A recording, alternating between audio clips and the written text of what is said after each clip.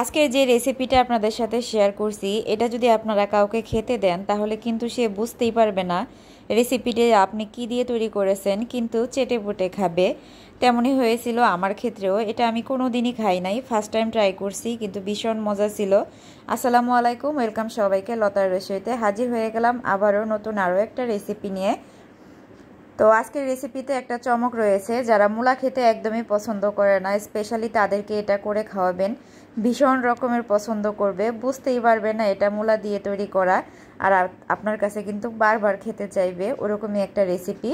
এই যে মূলাগুলির খোসা ছাড়িয়ে নিয়ে এভাবে সুন্দর করে আলু ভাজির মতো কুচি কুচি করে কেটে নিতে হবে। মূলত গিয়েছিলাম দেবরের বাসায় গেট টুগেদারে, ফ্যামিলি গেট টুগেদারে আর কি। তো ওখানে গিয়ে এটা আমি খেয়েছি। তো ভাবি যখন এটা বানাচ্ছিল, এটা মূলত ভাবি আর ভাবির মা, আমরা তো মাওই বলি, আপনারা কি বলেন কমেন্ট করে জানাবেন। তো দুজনেই আসলে তৈরি করছিল।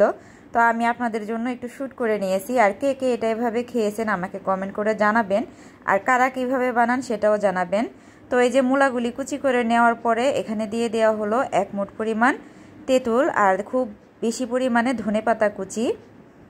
তেঁতুলটা কিন্তু অবশ্যই দিতে হবে। আর দিয়ে দেওয়া হয়েছে স্বাদমতো লবণ। লবণ দেওয়ার পরে এখানে দেওয়া হচ্ছে বেশি করে শুকনা মরিচের গুঁড়া। তবে এখানে চাইলে কিন্তু চিলি ফ্লেক্সও দেওয়া যেতে পারে, তবে আমি যেহেতু শুকনা মরিচ দিয়ে খেয়েছি তো আমি বলবো শুকনা মরিচ দিয়েই করবেন আর কি। তো সব কিছু হাতের সাহায্যে ভালোভাবে এরকম চটকে চটকে মেখে নেওয়া হচ্ছিল। আর এই মাখামাখির কাজটা কিন্তু করছিল মা, ওই যেহেতু আমার ভাবি মানে যায়ের একটু ব্যাক পেইনের প্রবলেম আছে, উনি প্রেশার দিয়ে কোনো কাজ করতে পারে না।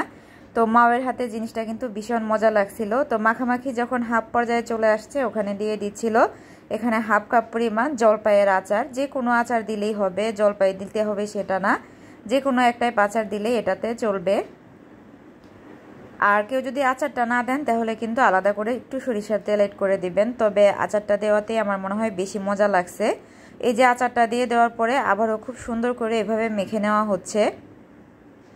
আর মূলাটাকে চেষ্টা করবেন বটি দিয়ে খুব বা ছুরি দিয়ে সুন্দর করে কুচি করে নেওয়ার, গ্রেটার দিয়ে না করাই ভালো, কারণ গ্রেটার দিয়ে করলে কিন্তু পানিটা বের হয়ে যাবে। তো একটু টেস্ট নিয়ে করে নেওয়ার পরে মনে হয়েছে যে আমাদের আসলে মরিচটা কম পড়ে গিয়েছে, তো আরও একটু মরিচের গুঁড়া অ্যাড করে দেওয়া হলো আর কি। তো মরিচের গুঁড়া দিয়ে দেওয়ার পরে এই যে আবারও মাখামাখির কাজটা করে নেওয়া হচ্ছে। এটা আপনি যত সুন্দর করে মাখাবেন এটার টেস্ট ততটাই হবে। আর এই যে দেখতে পাচ্ছেন ফাইনাল রেজাল্ট এটা এরকম হবে। আমরা কিন্তু এই পাতিল থেকে সরাসরি সবাই খাওয়া শুরু করে দিয়েছিলাম, এই আর কি। ভীষণ মজা ছিল। মাওয়াকে অসংখ্য ধন্যবাদ এত মজার একটা জিনিস খাওয়ানোর জন্য। আর শিখেও নিয়েছি, এখন থেকে মাঝে মাঝে খেতে পারবো। রেসিপি ভালো লাগলে পেজটাকে ফলো দিয়ে দিবেন। আল্লাহ হাফেজ, আসসালামু আলাইকুম।